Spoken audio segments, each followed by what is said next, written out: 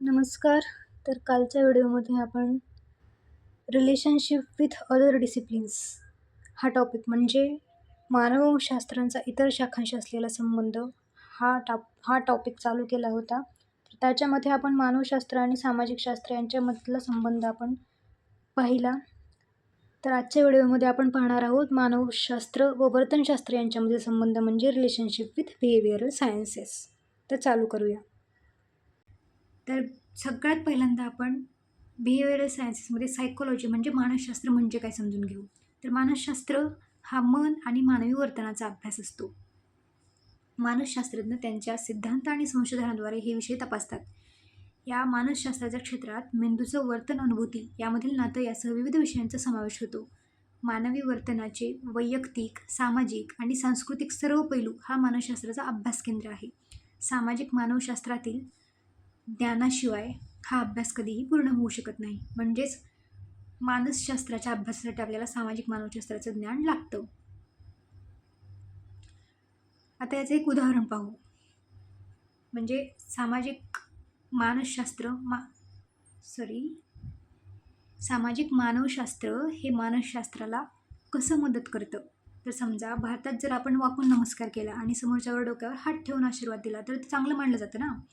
पण जर तसेच जर जापानमध्ये वाकून नमस्कार करतात ते आणि त्यांना जर असा हात ठेवून आपण आशीर्वाद द्यायला गेलो तर तो व्यक्तीचा आणि त्याच्या आजूबाजू असणाऱ्या लोकांचा पण अपमान होतो. म्हणजे यात मानसशास्त्र काय अभ्यास करणार, ते फक्त बघणार की आसपासचे लोक नाराज झाले, पण ते का नाराज झाले हे सोशल अँथ्रोपॉलॉजी आपल्याला सांगणार. म्हणजे ह्या दोघांचा असा परस्पर संबंध आहे. नंतर दुसरा मुद्दा, सामाजिक मानसशास्त्र आणि सामाजिक मानवशास्त्र यांच्यामधील आपल्याला संबंध पाहायचा आहे. या दोन्हीमध्ये एक माणूस आणि माणसांचा गट यांच्यामधला संबंध तपासला जातात. या दोन्ही शाखा व्यक्ती आणि समूह, समुदाय, समाज, संस्कृती यातील विविध नातेसंबंधांचा अभ्यास करतात. रोनाल्ड बॅरेट यांच्या मते ब्रिटिश सामाजिक मानवशास्त्राने इतिहासात मानसशास्त्राला विरोध केला, कारण ते सामाजिक जीवनाची मांडणी मानसशास्त्रीय पातळीवर घडवत होते. म्हणजे एखाद्या माणसाच्या वागण्यामागील कारणे ही त्या सामाजिक, सांस्कृतिक इत्यादी घटकांशी अवलंबून असतात असे बॅरेट म्हणतात. तर मानसशास्त्रानुसार ते फक्त मानसिक कारणांमुळे तो माणूस तसे वर्तन करतो असे मानले जाते. त्यामुळे ते त्यांचं खंडन करतात. म्हणजेच मानसशास्त्र फक्त एखाद्या मुद्द्याला मानसिक कारणांमुळं एक्सप्लेन करतो, पण सामाजिक मानवशास्त्र तसं नाही करत. त्याचा सर्वांगीण दृष्टिकोनातून त्याच्या सामाजिक कारणं, सांस्कृतिक कारणं या सर्व घटकांचा विचार करून त्या गोष्टींचं एक्सप्लेनेशन सामाजिक मानवशास्त्र देतं. त्याच्यानंतर एमिल दुर्केम यांनी म्हटलं की एखाद्या सामाजिक घटनेचं मानसशास्त्रीय स्पष्टीकरण दिलं गेलं तर ते नक्कीच चुकीचं असतं. म्हणजे एखादी सामाजिक घटना घडली आणि त्याचं एक्सप्लेनेशन तुम्ही मानसशास्त्रीयरित्या देताय फक्त, तर ते नक्कीच चुकीचं आहे. याच्या उलट अमेरिकन सांस्कृतिक मानसशास्त्र विशेषतः व्यक्तिकेंद्रीय दृष्टिकोन स्वीकारण्यात अधिक मोकळं होतं. म्हणजेच याचा अर्थ की अमेरिकन लोकांच्या दृष्टिकोनानुसार जसं मानसशास्त्र इंडिव्हिज्युअल लोकांचा अभ्यास करतं, तसेच मानवशास्त्र समाजासोबत इंडिव्हिज्युअल माणसांचा अभ्यास पण करतं आणि त्यासाठी त्यांना मानसशास्त्राची गरज पडते. म्हणजे अमेरिकन लोकांनी सायकोलॉजीला स्वीकारलं आहे सामाजिक मानवशास्त्राच्या अभ्यासासोबत. तर ब्रिटनमधील लोकांनी सायकोलॉजीला डायरेक्ट त्यांनी डालावलं होतं, म्हणजे ती प्रॉपर सायन्स नाही असं. त्याच्यानंतर फ्रान्स बोआस यांनी व्यक्ती व समाजातील नात्यावर विशेष लक्ष दिलं, ज्यामुळे मॉडेल पर्सनॅलिटीवर भर देणारे संस्कृती आणि व्यक्तिमत्व विचारधारा पुढे आली. एक व्यक्ती जो शिक्षक, व्यावसायिक, वडील, मुलगा, नवरा आहे, तर त्याचं व समाजाचं नातं काय याचा अभ्यास, व हे स्वतः अँथ्रोपॉलॉजिस्ट होते, तर त्यांना या सगळा अभ्यास करण्यासाठी सायकोलॉजीची मदत होत होती. म्हणजे हे जे फ्रान्स बोआस आहेत त्यांनी व्यक्ती आणि समाजातील नात्यावर विशेष लक्ष दिलं आणि एक मॉडेल पर्सनॅलिटीवर भर दिला आणि त्यांनी या सगळ्यांसाठी सायकोलॉजीची मदत होते असं सांगितलं. पुढच्या दशकात बुर्ग्युइन 1979 वृत्ती, मूल्ये, बालपालन पद्धती व किशोरावस्था यावर लक्ष केंद्रित करणारा मनोवैज्ञानिक मानवशास्त्र नावाचा स्वतंत्र दृष्टिकोन निर्माण झाला. म्हणजे या दशकात मानसशास्त्र आणि मानवशास्त्र या दोघांची मिळून एक ब्रांच तयार झाली. त्याला म्हणतात मनोवैज्ञानिक मानवशास्त्र. त्याच्यानंतर आता संस्कृती आणि व्यक्तिमत्व विचारधारा कशी निर्माण झाली हे बघू. यात आपण काय अभ्यासणार की एखाद्या माणसाचा, तो माणूस मुलगा आहे बाबा, डॉक्टर आहे, तो माणूस मराठी माणूस आहे, ही आयडेंटिटी त्याच्या मनावर कशी ठासली गेली आणि ती एक ठराविक कल्चरल इन्व्हायरमेंटमध्ये कशी ग्रो होत गेली याचा अभ्यास आपण या पॉईंटमध्ये करणार आहोत. तर Ralph Linton, Ruth Benedict, Margaret मीड व कोरा ड्युबॉइस यांच्या अग्रणी कार्यातून निर्माण झालेली संस्कृती व व्यक्तिमत्व विचारधारा सांस्कृतिक परिसरात वैयक्तिक व सामाजिक ओळख कशी घडते हे समजून घ्यायला उद्दिष्ट ठेवतं. व्यक्तिगत व्यक्तिमत्वांचे विश्लेषण करून ही विचारधारा संबंधित संस्कृतीविषयी व्यापक निष्कर्ष स्रोत तयार करते. त्यातून राष्ट्रीय स्वभाव, मॉडेल पर्सनॅलिटी व सामायिक व्यक्तिमत्व संरचना अशी संकल्पना उदयास येते. म्हणजे याचं एक्झाम्पल घेऊन समजून घेऊ की अमेरिकेत खूप साऱ्या वंशाचे लोक राहतात. एक्झाम्पल घेऊन निग्रो, इंडियन एटसेट्रा. तर त्यांच्या पोलीस खात्यामध्ये प्रत्येक वंशाची प्रोफाईल तयार करून ठेवलेली असते. म्हणजे जर एखाद्या प्रकारचा क्राईम झाला तर ते बिलॉंग करतात की कुठल्या वंशाच्या लोकांना हा केला असेल आणि मग ते तसं मॅच करून शिक्षा देण्यासाठी त्या माणसाला शोधतात. त्याच्यानंतर दुसरे एक्झाम्पल असं सांगता येईल की मराठी माणसं कडक असतात, बंगाली माणसं प्रेमळ असतात, गोड असतात, हरियाणी माणसं थोडी रागीट टाईपची असतात. ही जी मॉडेल पर्सनॅलिटी आहे ती मानवशास्त्र आणि मानसशास्त्र या दोघींच्या मदतीने बनवून आपल्याला ठेवता येते.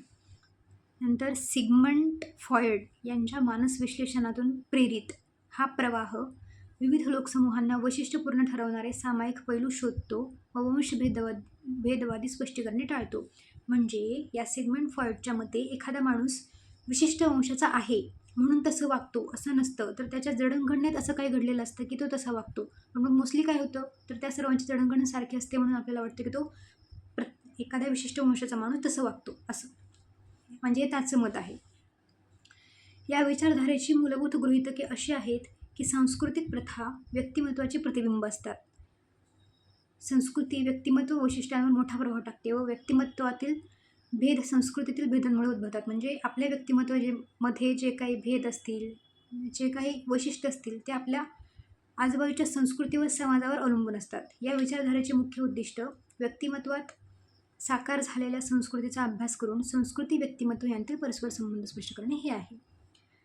त्याच्यानंतर हे बघू की राल्फ लिंटन पर्सनॅलिटीवर काय बोलतात. तर अमेरिकन मानवशास्त्रज्ञ राल्फ लिंटन यांनी 1946 मधील the cultural background of personality, म्हणजे एखाद्याच्या पर्सनॅलिटीसाठी कल्चरल बॅकग्राऊंड डिपेंड असतं, या ग्रंथात व्यक्तिमत्वाची व्याख्या व्यक्तीशी निगडीत मानसिक प्रक्रियांचा व अवस्थांचा संघटित एकत्रित समूह अशी केली. म्हणजे व्यक्तिमत्व म्हणजे काय असं सांगितलं त्यांनी. तर व्यक्तिमत्व म्हणजे व्यक्तीशी निगडीत त्याच्या ज्या मानसिक प्रक्रिया आणि अवस्थांच्या एक संघटित एकत्रित समूह. त्यांचा युक्तिवाद होता की संस्कृती ही प्रथांचा समूह आहे आणि संस्कृती व्यक्तिमत्व दोन्ही एनकल्चरेशनद्वारे अर्जित होतात. एनकल्चरेशन म्हणजे आपल्याला जे आपल्या आईवडिलांकडून मिळतं, तर संस्कृती आणि व्यक्तिमत्व दोन्ही आपल्याला त्यांच्याकडून मिळतं असं राल्फ लिंटन यांचं मत आहे. तर सततच्या प्रशिक्षण व शिस्त यांच्याद्वारे स्थिरावलेले सवयीदार प्रतिसाद व्यक्तिमत्वाचा मूलभूत पाया तयार करतात. व्यक्ती मोठा होत असताना त्याला वैशिष्ट्यपूर्ण जीवन अनुभवांमधून भरपूर अतिरिक्त वैशिष्ट्ये मिळतात व ती मूलभूत व्यक्तिमत्वावर अध्यारोपित होतात. तर मग याच्यानुसार एकूण व्यक्तिमत्व म्हणजे काय, तर एकूण व्यक्तिमत्व म्हणजे मूलभूत व्यक्तिमत्व जे आपल्याला एनकल्चरेशनमधून मिळाले, म्हणजे आपल्या आईवडिलांकडून, प्लस अतिरिक्त व्यक्तिमत्व म्हणजे जे आपण आपल्या एक्सपिरियन्समधून, आपल्या इंडिव्हिज्युअल एक्सपिरियन्समधून मिळवले. त्यानंतर व्यक्तिमत्व हे अविभाज्य अद्वितीय एकक असतं, त्याला फक्त चांगलं वाईट अशा शब्दात आपल्याला मोजता येत नाही. त्यामुळे व्यक्तिमत्व म्हणजे आपल्या सवयी, वृत्ती, गुणधर्म, कल्पना यांचे एकात्मिक समूह जे बाहेरून भूमिका स्तरांमध्ये व आतील स्वजाणीव, मूल्ये व उद्दिष्टे याभोवती संघटित असतं. नंतर लिंटन यांचा फंक्शनल अप्रोच, यांनी व्यक्तिमत्वाच्या अध्ययनासाठी कार्यात्मक पद्धती सुचवली. त्यानुसार प्रत्येक व्यक्तीकडे शारीरिक व मानसशास्त्रीय गरजांचा समूह असतो. या गरजा भागवण्यासाठी व्यक्ती विशिष्ट उद्दीपकांना विशिष्ट प्रतिसाद देतात. यालाच म्हणतात उद्दीपन प्रतिक्रिया तत्व, म्हणजे स्टिम्युलस रिस्पॉन्स प्रिन्सिपल. म्हणजे तुम्हाला काही स्टिम्युलस मिळाल्यानंतर तुम्ही एक पर्टिक्युलर प्रकारचा रिस्पॉन्स देतात असं. त्यांनी प्रतिसाद देण्याच्या मग आपण एखादा आपल्याला जर स्टिम्युलाय मिळाला तर आपण कुठल्या प्रकारे रिस्पॉन्स देणार त्याच्या 3 पद्धती असतात. एकतर आपण अनुकरण करणार, एकतर प्रयत्न त्रुटी किंवा इंटेलेक्च्युअल म्हणजेच बौद्धिक.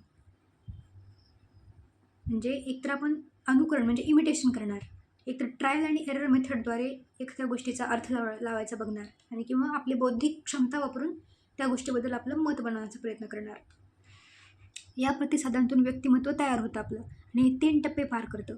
पर्याप्त सवयीदार प्रतिसादांची निर्मिती शिकत असताना त्यांची उत्पादन आणि सवयी स्थिर झाल्यावर त्यांचे पुनरावर्तन. म्हणजे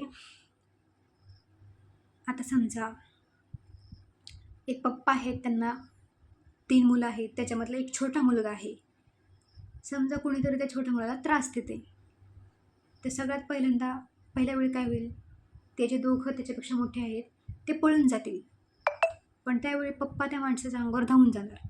मग हे त्या दोघांनी बघितलं. मग दुसऱ्या वेळेस जो मोठा भाऊ आहे तो त्याला वाचवण्यासाठी धावून जाणार आणि तिसऱ्या वेळेस तर मग दोघं पण त्या माणसाच्या अंगावर धावून जाणार. याला म्हणतात अनुकरण करणं. किंवा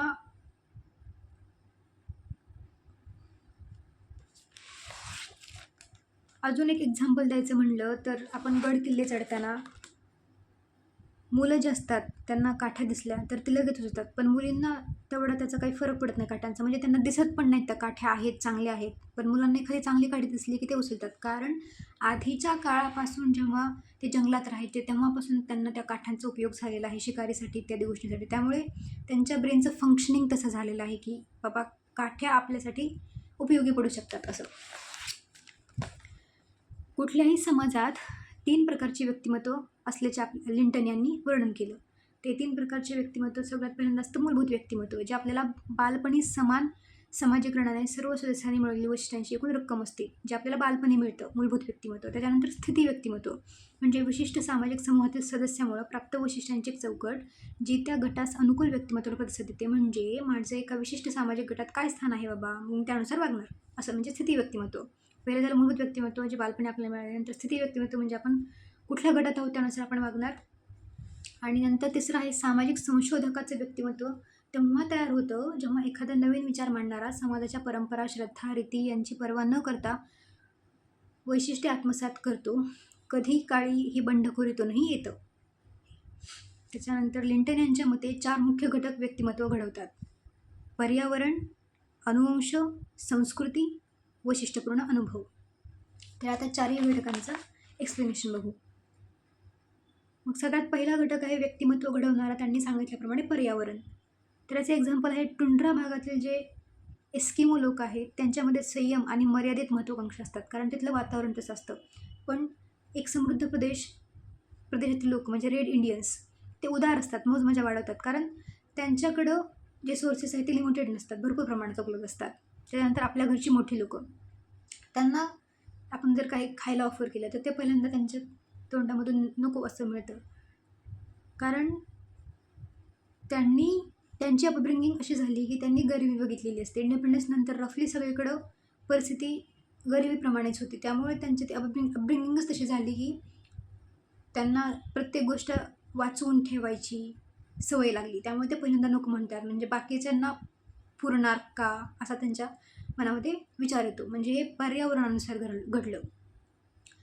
पर्यावरण म्हणजे फक्त बायोलॉजिकल पर्यावरण नाही, तर ते इन्व्हायरमेंटल नाही, तर ते आपल्या आसपास घडलेल्या घटनांविषयीचं पण पर्यावरण असू शकतं.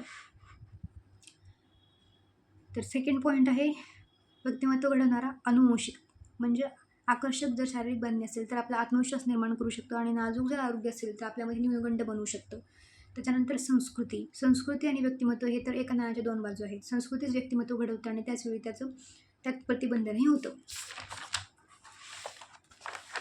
आणि शेवटचा आणि चौथा पॉईंट आहे वैशिष्ट्यपूर्ण अनुभव आपल्याला आलेले. म्हणजे समजा आपल्याला अचानक घडलेल्या घटना म्हणजे पोस्ट ट्रॉमॅटिक स्ट्रेस डिसऑर्डर सारख्या मानसिक धक्क्यांपासून व्यक्तिमत्व बदलू शकतं.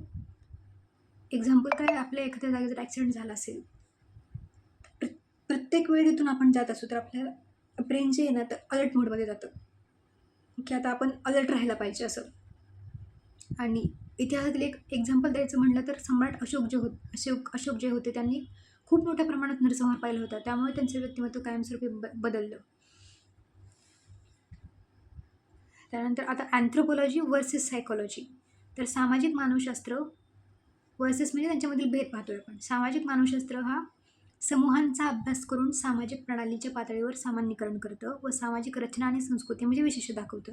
ते व्यक्तिमत्व प्रणाली स्थिर मांडतं आणि संशोधनासाठी सामाजिक संरचनेतील भिन्नतेकडे पडतं. तर मानसशास्त्र हे काय करतं, हे फक्त व्यक्तीचा अभ्यास करतं, व्यक्तिमत्व प्रणालीच्या पातळीवर सामान्यीकरण करतं व सामाजिक रचना स्थिर धरतं. म्हणून या दोन शाखांमध्ये भर व दृष्टिकोनात फरक आहे.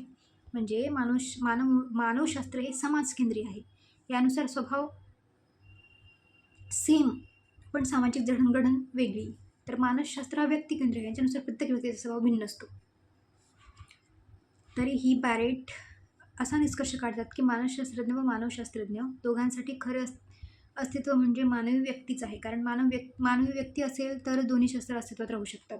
म्हणूनच अनेक सामाजिक मानवशास्त्रज्ञ समाजशास्त्र व मानसशास्त्रज्ञ यांचे कार्य सामाजिक रचना व व्यक्तिमत्व यांचे एकत्रितकरण करणाऱ्या सामायिक भूमीवर उभे आहे. हा झाला अँथ्रोपॉलॉजी आणि बिहेवियरल सायन्सेस यांच्यामधील संबंध. तर उद्याच्या व्हिडिओमध्ये आपण रिलेशनशिप विथ मेडिकल सायन्सेस हा पॉईंट बघणार आहोत. तर तुम्हाला माझे व्हिडिओ आवडत असतील तर तुम्ही नक्कीच लाईक आणि सबस्क्राईब करा आणि या ॲस्पिरंट ऑफिसर या जर्नीमध्ये माझ्यासोबत राहा, अभ्यास करत राहा आणि माझ्या इंस्टाग्राम पेजलाही फॉलो करा. तिथंही मी माझ्या या लिहिलेल्या नोट्स त्यांचे फोटो अपलोड्स करत असते आणि मी उद्यापासून त्यांची शॉर्ट्स फॉर्ममध्ये नोट्स अपलोड करणार आहे, ज्या तुम्हाला लास्ट मिनिट रिव्हिजनसाठी उपयोगात येतील. थँक्यू.